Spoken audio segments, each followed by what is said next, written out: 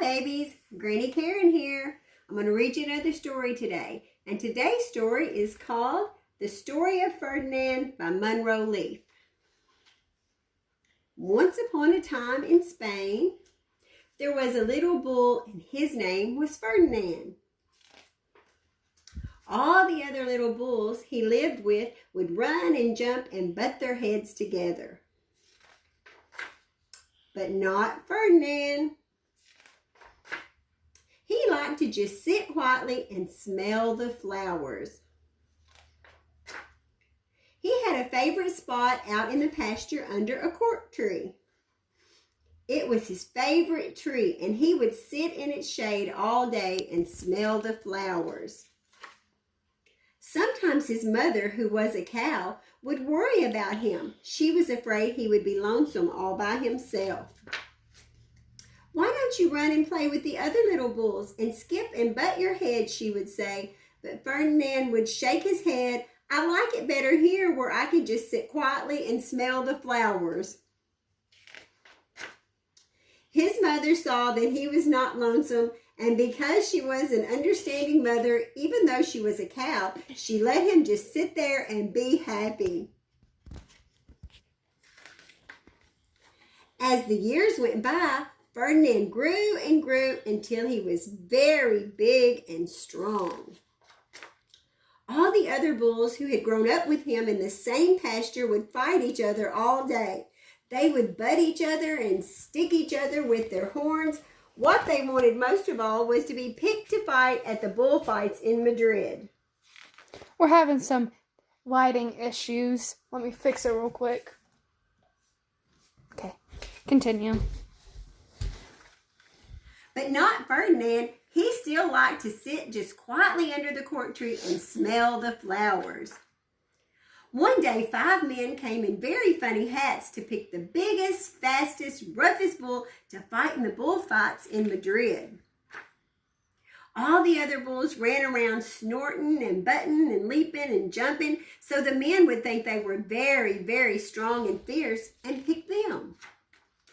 Ferdinand knew that they wouldn't pick him, and he didn't care. So he went out to his favorite cork tree to sit down. He didn't look where he was sitting, and instead of sitting on the nice cool grass in the shade, he sat on a bumblebee. Well, if you were a bumblebee and a bull sat on you, what would you do? You would sting him. And that's just what the bee did to Ferdinand.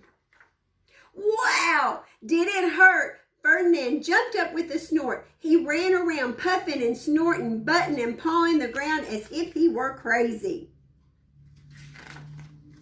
The 5 men saw him and they all shouted with joy. Here was the largest and fiercest bull of all, just the one for the bullfights in Madrid. So they took him away for the bullfight day in a cart. What a day it was. Flags were flying, bands were playing, and all the lovely ladies had flowers in their hats. They had a parade into the bull ring. First came the banderillos with long sharp pins with ribbons on them to stick the bull and make them mad. Next came the picadors, who rode skinny horses, and they had long spears to stick in the bull and make him madder. Then came the matador, the proudest of all. He thought he was very handsome and bowed to the ladies. He had a red cape and a sword and was supposed to stick the bull last of all. Then came the bull, and you know who that was, don't you? Ferdinand. They called him Ferdinand the Fierce, and all the banderillos were afraid of him, and the picadors were afraid of him, and the matador was scared stiff.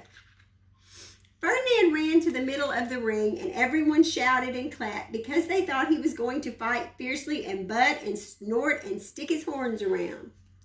But not Ferdinand.